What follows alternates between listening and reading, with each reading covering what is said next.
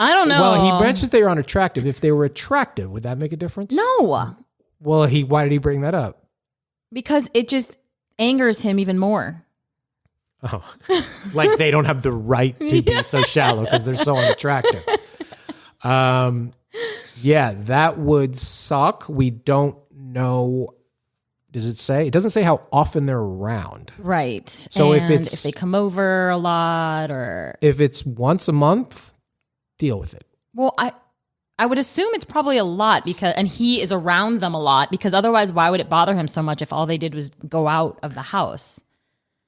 Well, okay, so her answer, so he has brought it up to her and her answer is not, they're awesome. What are you talking about? She's like, those are my girls and I see them in a different way than you, whatever. And I can see that.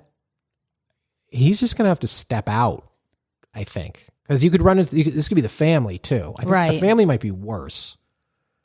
Yeah, I guess I'm just surprised as to why she would have friends like that if she's nothing like them. Unless, like you said, have you ever she dealt sees with that? something. I've dealt with that. It's like, how are you friends with these? No, I don't think I have. Coven of weirdos. Oh my God. Like, how is that? And people do become, it's just like the guy at the beginning, they create these bonds and then they overlook the faults and the feats and all that stuff. And it's like, these are my girls.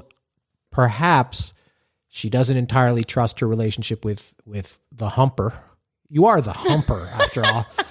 And if she did, then she would need this safety net of this girl posse girls. less. Yeah. Is that possible? Well, I understand that. Yeah. But I agree with you. It's kind of like marrying the family type situation. Yeah, which I could see be a deal breaker. And a lot of people get down to like, it's me or the family. And sometimes that goes both ways. Sometimes they do choose the husband or wife over the family. And that sucks to have to give that ultimatum. It sucks to have that. And it sucks to have to be you or the friends. I want to know how omnipresent these girls are. I mean, if it's like every time they do anything, we have to go meet my friends. Right. Then that's obnoxious. That would suck. And if your friends were drunk and annoyed, it would. And so we don't have quite enough information on that, but I could see how that could be if it was really sort of the dominant social situation. When every time you had a barbecue or you had like these girls would come over. Yeah, that would create so much friction in your relationship. I don't think you could. Should he make himself so unlikable that the girls won't want to hang out with them anymore? Is that risky? That's an approach. Is that the play? But then his girlfriend might break up with him for that. I know. Well, what were you doing? Why did you do that?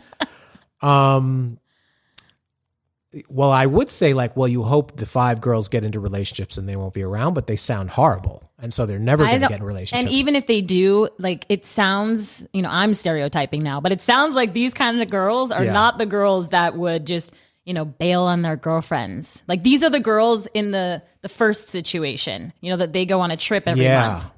So so this tight. This might be worse because it's not like she goes on a trip with these horrible girls. He brings the girls. Right. She brings the girls into the world. Yeah, careful what you wish for. Yeah, that's a bad thing because then you're like, I don't know how often we get our alone time. Like if you have to vacation with it makes every off hour where you're not working and you want to be pleasurable, it just makes it stressful. It's like, oh my God, I hate these people. Yeah. Yeah, that's not a good one. I think that's a big thing because there's 5 of them. So even if you lopped off 2, you still got 3 annoying people. Mm-hmm. That's a question about the one before. You think it's both feet? Yeah. You think it's a matching set? Yes. Okay. That was a tough one too. All right, that is it. That is 6. We are done with those. That was pretty good, you guys, though. That was a good exercise. Those are not the easiest things. Yeah. They're legitimate things. I'm not sure. I think only one of them, maybe 2 of them were things that it's like deal breaker. The other ones are probably workable. So that's a good thing too. All right. 3 things out of you. 1, tell us about Path to Passion. What is Path to Passion and why do you have a Path to Passion? What is Path to Passion? A podcast, yeah. Yeah. So Path to Passion was inspired by, I just really love, okay, well, let me start over. So I do a lot of things and I'm passionate about a lot of things and I'm kind of all over the place sometimes. And I'm just so curious about how people discover what they're passionate about. And then there's a lot of people that are passionate about multiple things. Yeah. And they just kind of go from one to another, and they just keep following this path of passion or path to passion and just kind of, Right. And you've got to break it down to that. People ask me a lot, like, how did you get interested in like the love dating relationships thing? Well, I'm always been passionate and fascinated by the dynamic between men and women. And mostly I am passionate about conversation, and there's no conversation that everybody feels like they can take part in than this. So it's more about, I'm in the passionate conversation business, and one of the avenues to go down, I mean, I could probably argue about the Yankees passionately, but that's not inclusive. Like, a lot of people don't care to do that. But the love stuff, I've realized that my passion was about having conversations about trying to figure out the same things as everybody else. Mm-hmm. And so I think I think that's a good idea, is to find out, like, okay, I found the passionate person, and then not like, how did you build your company? How did you find the passion to build the company in the first place? Exactly. It's good. Yeah. Okay. Second thing, you have a new song coming out? I do. It's called Back to Love. And we're going to play it out at the end of this podcast. Yes. Instead of the Great Love Debate theme, we're going to let you, we're going to go back to love. So I hope the editor takes care of that. Yeah, that's the answer to all of everybody's issues. Back to love?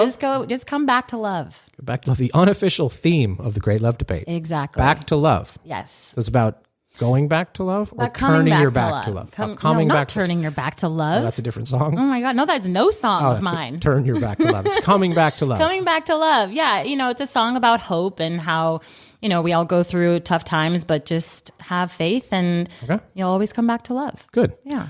All right. As you know, a tradition unlike any other, we play something called Worst Date or First Date. The first time somebody's on this podcast, you either have to give us the greatest first date you've ever had, or the absolute worst date you've ever had, your choice. Well, I don't have a great answer for you because I'm not like a huge dater.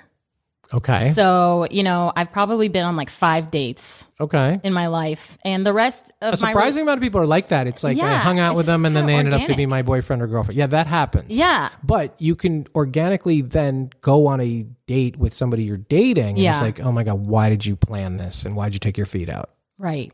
So is that exactly that would be the worst date I've had, is with a feet monster.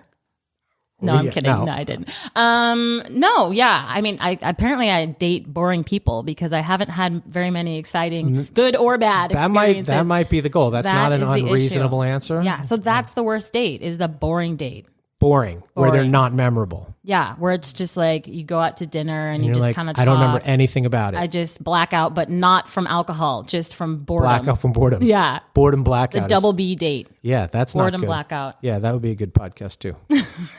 Boredom blackout. Put you right to sleep. Yeah. All right, you want to plug stuff? Okay. And plug anything, your podcast, or you want to plug a single? How can you get this Back to Love song? Okay, yeah. So you can listen to Back to Love on any streaming platform, Spotify, iTunes, and same with Path to Passion. You can listen to on Spotify or iTunes, wherever you listen to your podcasts. There you go. As far as us, as she just said, like, share, follow, please review this podcast. Your reviews mean a lot in the podcasting ecosystem. Our next live show, live, April 21st at Hyenas Comedy Club in Dallas. Dallas is one of our favorite places to do the show because the women are awesome and they are fearless, and a lot of them are packing heat. And the guys in Dallas, sorry, they're fucking pussies beneath those cowboy hats. So it makes for an interesting dynamic because the women have had it and they don't mind saying it, but in a fun way. So April 22nd, Hyenas Comedy Club. Shoot us an email, greatlovedebate@gmail.com. If you have questions, thoughts, or anything out. If you have a better answer to us than the feet thing, shoot that along. Because as always, at the Great Love Debate. Oh, one more thing. I got to squeeze this in. I got to start promoting it. I don't have quite the details yet, but we are heading to the high seas. We are, a couple of years ago, before the world shut down, we were supposed to do something called the Great Love Debate on a cruise, and it got canceled. We are doing it. I will have the details shortly. The Great Love Debate on the ocean, on a big fancy boat.